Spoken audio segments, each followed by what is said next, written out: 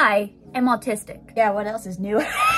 Contrary to popular belief, I am not your stereotypical autistic person who can't handle any noise or eat really anything except for one food.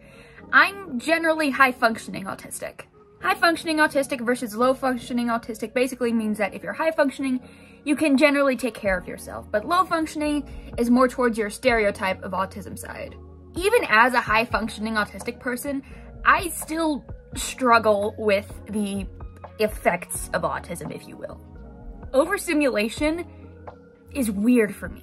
Overstimulation is exactly what it sounds like, but if for some reason you don't understand, then I'll just break it down here for you. Overstimulation is when someone's senses just get overloaded with too much and they break down into basically a giant ball of panic attackiness and not being able to talk.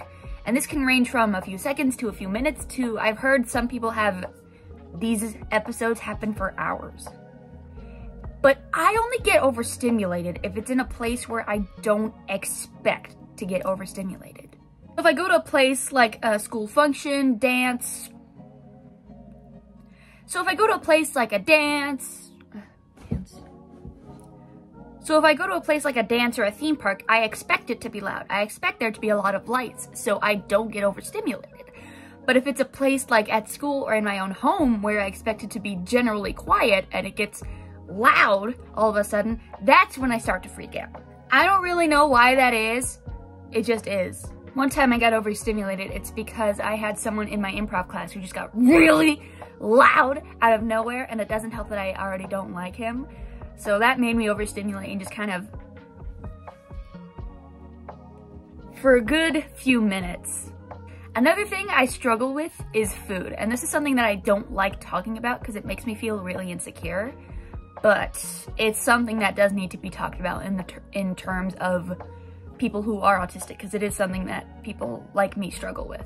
My preferred diet is extremely limited. I like lots of cheeses and meats and like general things that aren't healthy for me. I've been trying to work out of that by trying new foods, and generally it's been working out okay, and I'm very proud of myself for that.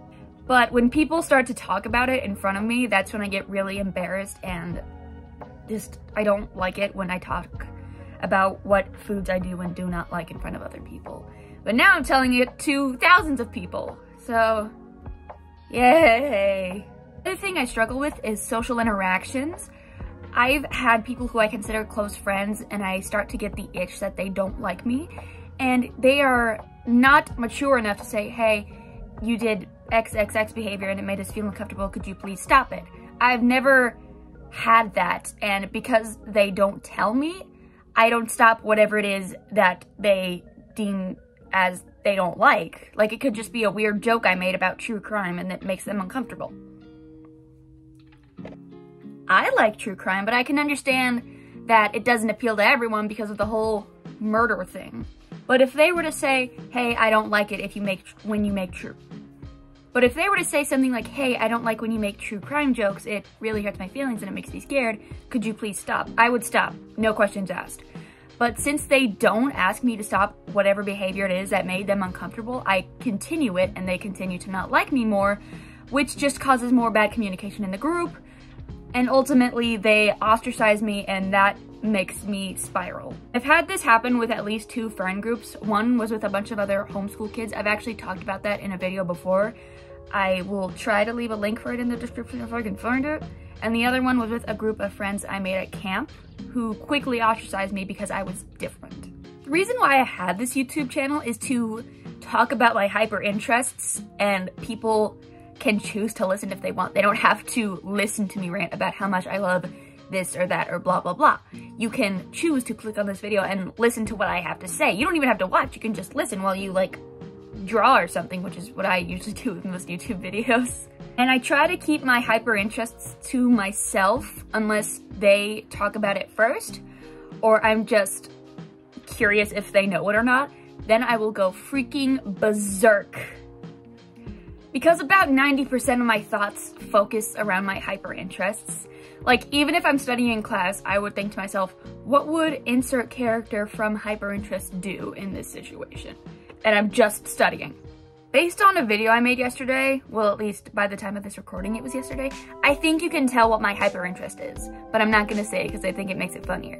It's very difficult for me, and I think it's more of my ADHD, which makes it hard for me to learn, but I have been getting better at paying attention and studying, so I'm glad I'm getting on the right track when it comes to my schoolwork. But sometimes I just completely misinterpret whatever the point of the lesson is, and that doesn't really work out well for me in my favor. There have been times when people ask me to go get something and they describe it in a way that I think, oh, okay, they want me to go get this. And when I bring it back to them, they're like, no, I wanted a different thing. And that has happened to me multiple times, and it usually happens every single day because I don't understand. It's like, I do understand, but I understand it wrong. Or like, I don't know. It's hard to explain, but if you've ever experienced it before, you know what I'm talking about. And it's hard to explain. It's weird for me to maintain eye contact. Like you'll notice in a lot of my videos, there is a certain place in your phone where you're supposed to stare in order to make it look like you're looking straight. But I tend to look at myself while I'm recording, so it kind of like is weird. So like if I look like this, but then I look like that, it's different. It's especially difficult with people who I try to maintain eye contact with, but it's just like, where do I stare? Do I stare at their pupils? Do I stare at their irises? Do I stare at the whites of their eyes? Do I stare at their whole face? Do I stare at the, like, no. And sometimes it will happen where I'm like, where am I supposed to stare? And like, normally I can look at my face and see my entire face. But right now, as I'm thinking about it, I'm like, oh wait, I'm looking at the eyes, no, I'm looking at the nose, no, I'm looking at the lips. It's weird. I don't know how to explain it, but it just happens, and I don't know why, and I don't like it when it happens, because it's difficult. I also have something called echolalia. As I was saying before I was so rudely interrupted, I have something called echolalia, where I will hear something very funny or just kind of fun to say and repeat it over and over again, like the my mom joke. And I have like a new one of those things happen every couple of years. Like it first started, I would repeat the letter E because I thought it was hilarious, and it still is, but I don't really say it anymore. I actually have a funny story about that. One time my aunt got me these pajamas with the word E on it. She got it from an employee whose daughter was giving away a bunch of old clothes that didn't fit her anymore. And it was like 2 sizes too big for me as a little tiny 7-year-old, but I loved them and I wore them like as often as I could because they were so funny. And right now, my echolalia thing is like I'll just call attention to someone and then go, and it's funny. I don't understand why people don't think it's funny, but I do it all the time, so that's probably why they don't find it funny. My humor is so messed up. Last thing I want to talk about isn't really a struggle, I just think it's kind of funny, but I get autism flappy hands, and I've had this for a few years even before I realized I was autistic, and I just thought like everyone did it, but then when I realized it was a symptom of autism, I was like, okay, I'm gonna add that one to the list. In a lot of my reaction videos, you'll see my autism flappy hands are just whenever I'm excited. Like right now, I'm just doing it to show you what it is, but if I was actually really happy or excited about something, then I would be doing this because I don't know why I do it. Those are my struggles as an autistic person. I hope you enjoyed this video, and if any of this resonated with you in any way, do not self-diagnose. Go talk to a doctor or a psychologist about it, and they will evaluate you further to see if, yes, you do have autism, or no, you do not have autism. Yeah.